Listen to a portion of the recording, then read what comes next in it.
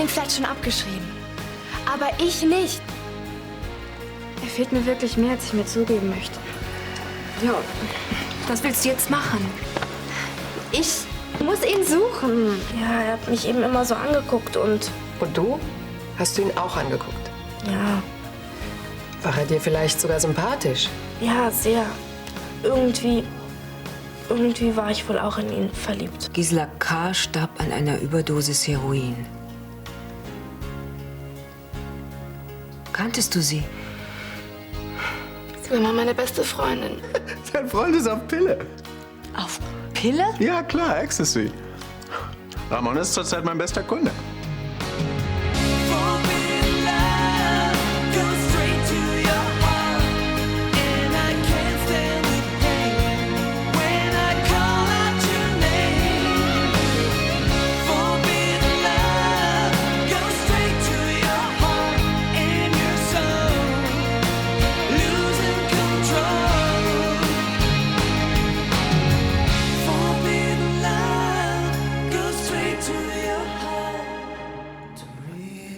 Ramon und Drogen, das wüsste ich aber. Ach ja?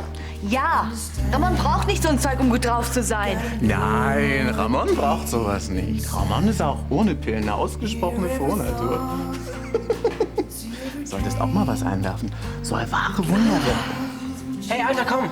Bring dich wieder nach vorn. Oh, yes, yes. Das könnte ich jetzt literweise in mich reinkippen. Dass das Zeug aber auch immer so durstig macht.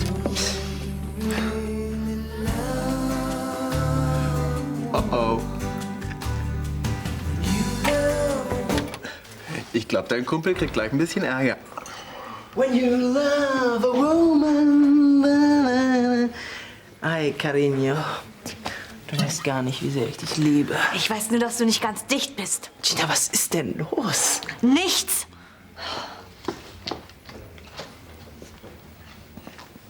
Was hat sie denn plötzlich? Ich glaube, deine Süße ist sauer. Ja, aber wieso denn? Ah, wahrscheinlich findet sie das gar nicht komisch, dass du jetzt auch die Pille nimmst. Hast du ihr etwa gesagt, dass wir auf... Ich kann doch nicht an, dass dir der kleine Feuerteufel die gute Laune nicht gönnt.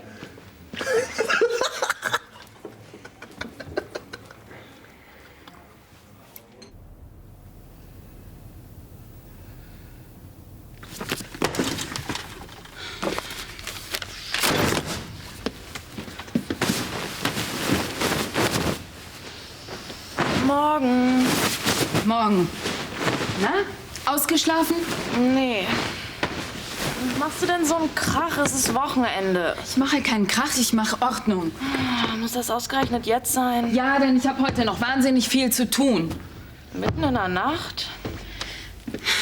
Ich muss noch einkaufen, für die Uni lernen, Stellenangebote durchsehen. Kannst du das nicht in der Küche machen?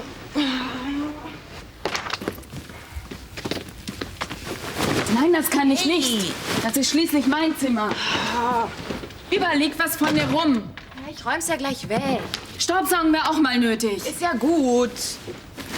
Ich bin schließlich nicht deine Putzfrau. Nee, aber da du so wild aufs Putzen bist, vielleicht findest du ja einen neuen Job unter der Rubrik Hauspersonal. Hey.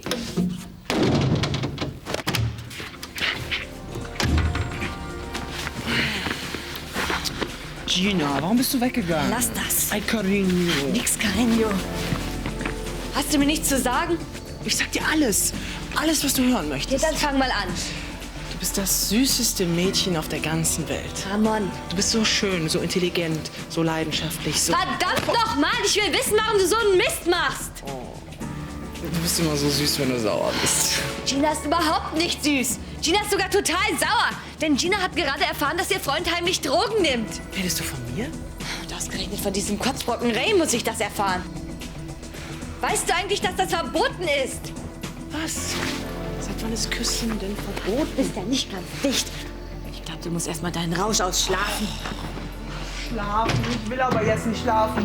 Gina, du kannst mich doch nicht einfach so alleine lassen. Gila war immer so fröhlich und lebenslustig und jetzt sowas. Und sie war immer für mich da. Sie hat mir wirklich geholfen, wenn es mir dreckig ging. Also damals hing sie noch nicht an der Nadel. Ja. Bist du sicher, dass das auch wirklich deine Freundin ist? Ja. Das ist Gilla. Da weißt du, so Zeitungsfotos können manchmal sehr täuschen.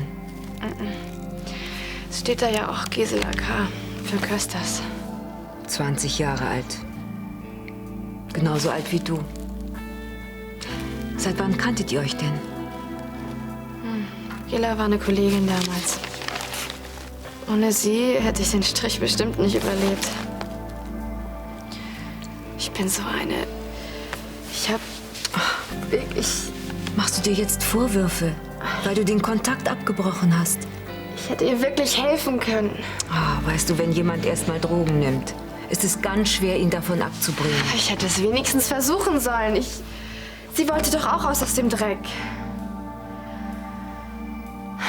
Warum habt ihr zusammen nicht aufgehört damals? Ach, weißt du, Gilla hat immer gesagt, ein paar Jahre noch. Ich fange dann ein neues Leben an mit der Kohle. Und jetzt ist es zu spät. Komm, es ist nicht deine Schuld. Aber sie hatte ja sonst niemanden. Keine Familie? Doch, eine Schwester. Die werde ich auch anrufen. Ich muss wissen, wo Gilla beerdigt wird. Ich muss mich wenigstens von ihr verabschieden. Ich kann ja sonst nichts mehr machen, oder? Sag mal, haben wir eigentlich an die Zwiebeln gedacht? Zwiebeln? Selbstverständlich. Hier sind die Zwiebeln. Aber schneiden musst du sie. Ja, klar. Ich habe doch versprochen, dass ich heute koche. Da steht dem Braten des Jahres ja nichts mehr im Weg. Und wenn ich ihn nicht so hinkriege? Ach, du wirst es schon machen. Irgendwas wirst du von deiner Mutter ja gelernt haben, oder? Ich werde mein Bestes geben. Sieh an. Hast du etwas Staub gesaugt? Nicht nur das. Ich habe sogar Staub gewischt und die Betten frisch bezogen. Oh, heißt das, ich habe jetzt eine Chance, mein Zimmer wiederzuerkennen? Vielleicht sollte ich ja vorher noch die Fenster putzen und die Teppichleisten polieren. Ach, übernimm mich bloß nicht. Keine Sorge. Da wäre nur noch ein Problem. Mich selber kann ich beim besten Willen nicht aus dem Weg räumen. Es würde mir schon reichen, wenn ich nicht dauernd über deine Sachen stolpern müsste. Ach komm, Susanne, ob ich nun aufräume oder nicht, du hast doch ständig was zu meckern. Ist doch gar nicht wahr. Gib doch zu, dass du genervt bist, weil du dein Zimmer mit mir teilen musst. Es wäre alles halb so wild, wenn du hin und wieder mit anpacken würdest. Ja, und wann das ist, das bestimmst natürlich du. Wenn du nicht von selber drauf kommst. Ach, ich geb's auch. Entschuldige, Papa. Aber hier muss man manchmal in den Hintern treten. Sonst versinken wir da oben noch total im Chaos.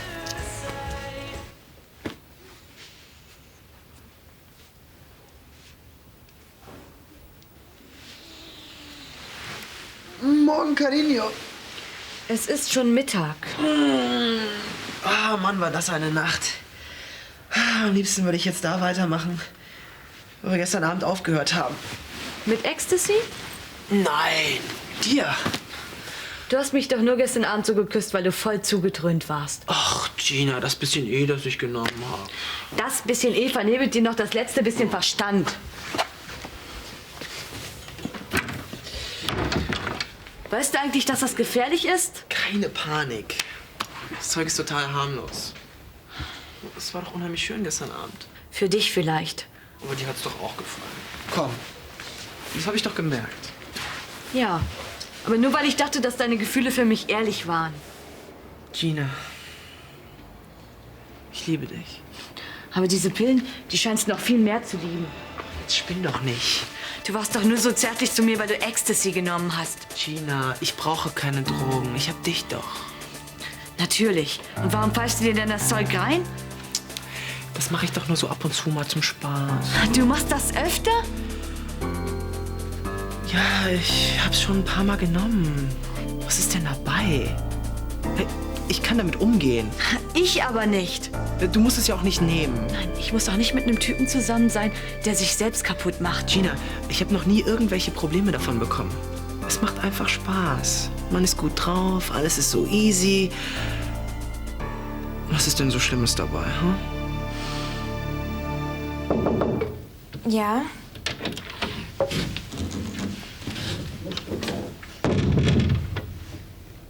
Ist ja wirklich ein bisschen eng hier für zwei. Wird schon irgendwie gehen. Wie lange? Wir raufen uns schon wieder zusammen. Aha. Bis beim nächsten Mal wieder die Fetzen fliegen. Nein, nein. Da müssen wir uns was überlegen. Naja, einfach ist es nicht für mich. Für Susanne auch nicht. Ihr seid einfach schon zu alt und zu verschieden, um auf so engem Raum zusammen zu hocken. Leider gibt's ja keine andere Möglichkeit. Du brauchst einen Platz für dich endlich, wo du allein bist, tun und lassen kannst, was du willst. Ich sehe es ein, du brauchst ein Zimmer. Wie wär's, wenn wir für dich den Haushaltsraum freimachen würden? Das würdest du tun? Ist allerdings ein bisschen eng. Das ist egal, das reicht mir vollkommen. Gut, dann überleg schon mal, welche Farbe deine Wände haben sollen. Danke, Arno.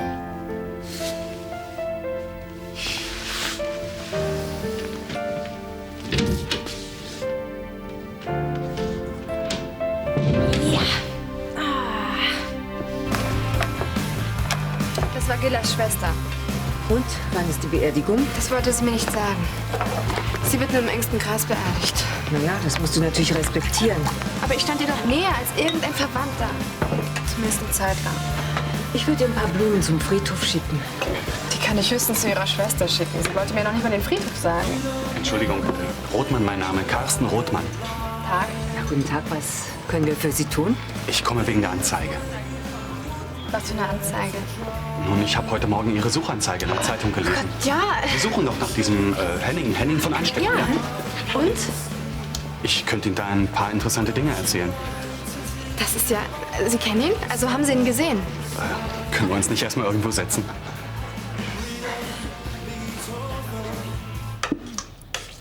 Meinst du, das wird heute noch was? Morgen kannst du ja kochen. Lieber nicht. Wieso?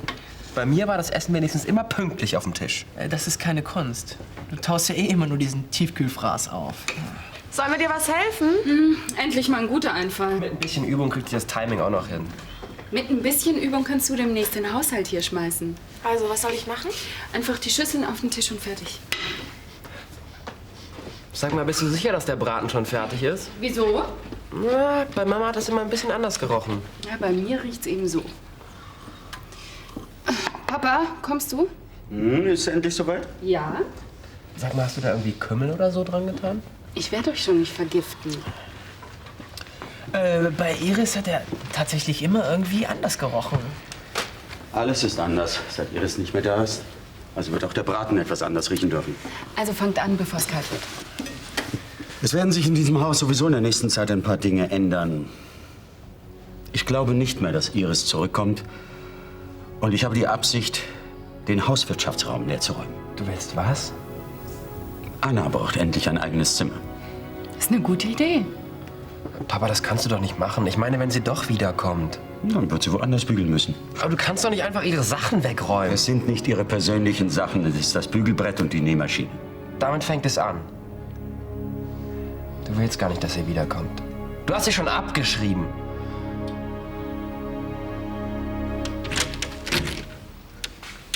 Hallo. Hi, Gina.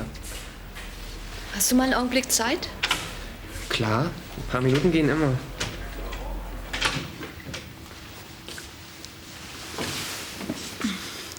Sag mal, kennst du dich eigentlich mit Ecstasy aus? Ecstasy? Was hast du denn mit Ecstasy zu tun? Nicht ich. Ramon pfeift sich das Zeug rein. Mhm. Bist du sicher? Der findet das total cool. Wenn er könnte, wird er täglich eine Pille schlucken. Macht aber nicht, oder? Nee. Gero, Ecstasy-Pillen sind Drogen. Wer weiß, was da alles passieren kann. Natürlich, aber Ecstasy ist nicht so schlimm wie zum Beispiel Heroin. Ach so, dann kann man es also problemlos schlucken, ja? Ist wahrscheinlich noch total gesund. Natürlich nicht. Gero, ich verstehe nicht, wie du dabei so ruhig bleiben kannst. Das bin ich doch gar nicht. Ich möchte nur nicht, dass du dir unnötig Sorgen machst. Mein Freund ist auf dem besten Wege, sich zu ruinieren und du sagst, ich soll mir keine Sorgen machen, ja? Gina, natürlich kann Ecstasy gefährlich sein. Besonders, wenn man zu viel davon nimmt oder wenn es schlecht verschnitten oder gestreckt ist. Leider sieht man dem Stoff nicht an, ob der eine miese Qualität hat. Das merkt man erst, wenn es zu spät ist. Wenn man in die Klinik eingeliefert wird. Mit was zum Beispiel? Mit einem Kreislaufkollaps oder Gehirnschäden. Ist ja ganz harmlos. Das ist es nicht. Das habe ich doch gar nicht gesagt.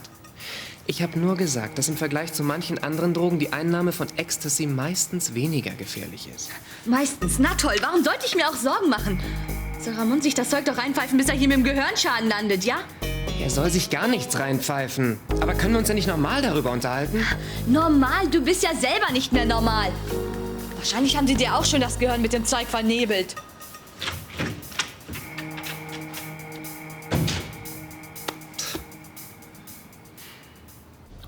Du tust ja gerade so, als wäre der Hauswirtschaftsraum Mutters Allerheiligstes. Es ist ihr Zimmer. Ja, in dem sie genäht und gebügelt hat. Ja, also ihr Zimmer. Oder hat sonst noch jemand darin genäht und gebügelt? Jetzt denk doch auch mal an mich. Ich hätte so gern mal wieder meine eigenen 4 Wände. Warum muss es gerade Mamas Zimmer sein? Ja, hast du eine bessere Idee? Wir können doch in einem anderen Zimmer eine Wand ziehen. So ein Quatsch. Dann können wir gleich ein Bungalow in den Garten setzen. Alles besser als Mamas Zimmer. Florian, bitte. Ich finde das geschmacklos. Sie ist kaum ein paar Wochen weg und schon räumt er ihre Sachen beiseite. Florian, du bist nicht der Einzige, der betroffen ist. Aber scheinbar bin ich der Einzige, der noch ein bisschen Feingefühl hat. Also, ich finde auch, dass wir ihr Zimmer nicht einfach so leer räumen dürfen. Ja, du hast gut reden, du hast ja dein eigenes Zimmer. Das ich gerne zur Verfügung stelle. Anna kann gerne ins Gästezimmer ziehen. Klar. Zu dir.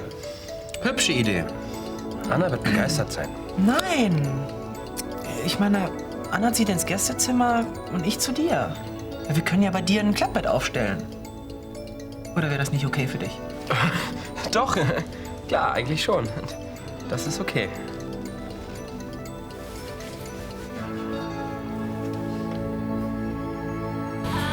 Ich habe Herrn von Anstetten, Henning, in Baden-Baden gesehen. In Baden-Baden? Was wollt ihr denn da? Naja, was will man in so einem Ort, ein wenig Abwechslung auf andere Gedanken kommen? Wo haben Sie ihn dort gesehen? Im Casino. Was? Henning spielt überhaupt nicht. Oh doch, Roulette und Baccarat. Viele, die einsam sind, fangen an zu spielen. Naja, man muss es sich natürlich leisten können. Sind Sie sich näher gekommen? Naja, wie das so ist, wenn man nächtelang zusammen am Spieltisch sitzt. Man redet, man trinkt hinterher noch was und erzählt sich seinen Kummer. Und er hatte reichlich Liebeskummer. Aber er hat mir nicht gesagt, dass sie so hübsch sind. Und dann? Na, dann haben wir uns fast angefreundet. Ja, wir haben uns richtig gut verstanden. Er ist ja auch ein netter Kerl. Und wo ist er jetzt? Ja, das weiß ich nicht genau. Sie haben gar keinen Kontakt mehr? Ich habe ihn vor ungefähr einer Woche das letzte Mal gesehen. Es ging ihm nicht sehr gut. Was hatte er? Er war sehr melancholisch. Er hat gespielt wie ein Besessener, aber er hatte kein Glück. Er hat mich angepumpt. 3000 Mark wollte er haben. Und Sie haben ihm das Geld gegeben? Na klar. Das ist doch selbstverständlich. In so einer Situation lässt man einen Freund doch nicht im Stich. Und dann? Und dann hat er die Stadt ziemlich überstürzt verlassen. Oh nein. Aber er wollte sich bei mir melden, ganz bestimmt. Ich bin mir sicher, dass er das Geld zurückzahlt. Sind Sie sich da wirklich so sicher? Ich habe ein Gespür für Menschen. Ich denke, Henning hat eine Menge mitgemacht, aber er ist kein Betrüger. Ja, außerdem hat er sich meine Düsseldorfer Adresse aufgeschrieben, um sich möglichst bald bei mir im Hotel zu melden. Ach, Sie wohnen hier ständig in einem Hotel? Nein, natürlich nicht. Aber Sie bleiben noch ein bisschen. Nun ja, eigentlich nicht. Das Problem ist, ich muss das Hotel bald verlassen. Ich kann mir das Zimmer nicht mehr lange leisten. Ach nein, können Sie nicht noch ein bisschen länger bleiben? Wir könnten Ihnen auch helfen. Oh nein, ich bitte Sie, das wäre mir wirklich mehr als unangenehm. Das ist unsere einzige Chance, Henning zu finden.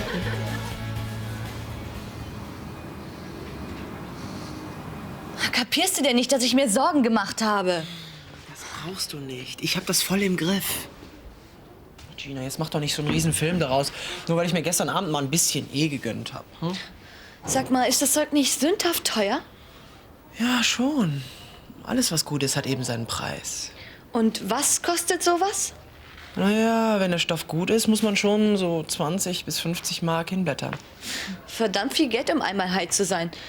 Aber du scheinst es ja zu haben. Nee. Also ehrlich gesagt bin ich ziemlich pleite. So. Und wovon willst du mich jetzt in die Oper einladen?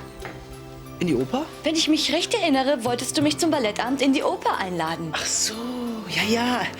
Ich wusste jetzt nur nicht mehr, dass der Ballettabend in der Oper ist. Aber wo du Ecstasy bekommen kannst, das weißt du natürlich. Sag jetzt bloß nicht, dass das Geld für die Ballettkarten für deinen Stoff draufgegangen ist. Nein, natürlich nicht.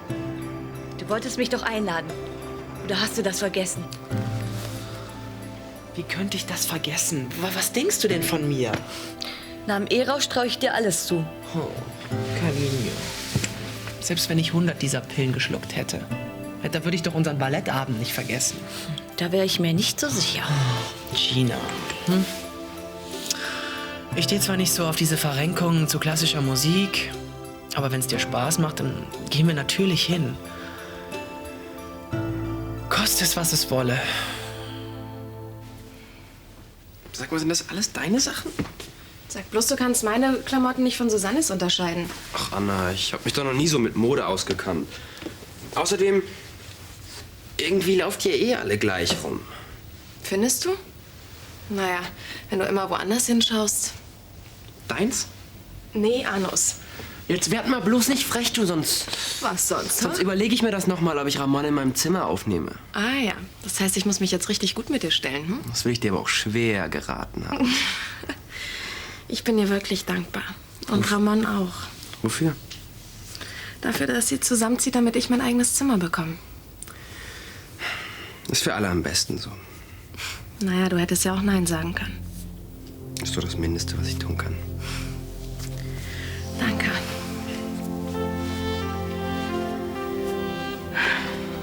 Ich bin wirklich froh, dass es dich gibt.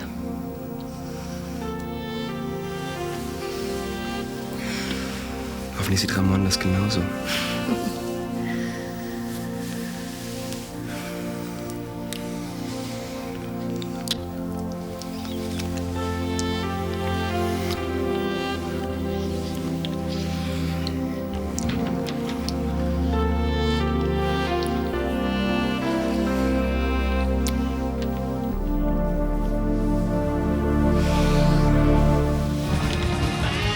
Ja, hallo? Hier ist Sophie Lewinsky. Ich hätte gern ein Gesteck bestellt. Ja, für eine Beerdigung. Mit Schleife. Also, auf jeden Fall müssen weiße Lilien dabei sein. Und sonst, ja, weiß nicht, Rosen vielleicht. Ich habe keine Ahnung. Ja, was nimmt man denn da so? Das gibt's doch nicht. Gela? Gela? Na? Ich denk, du bist tot. Sehe ich so aus?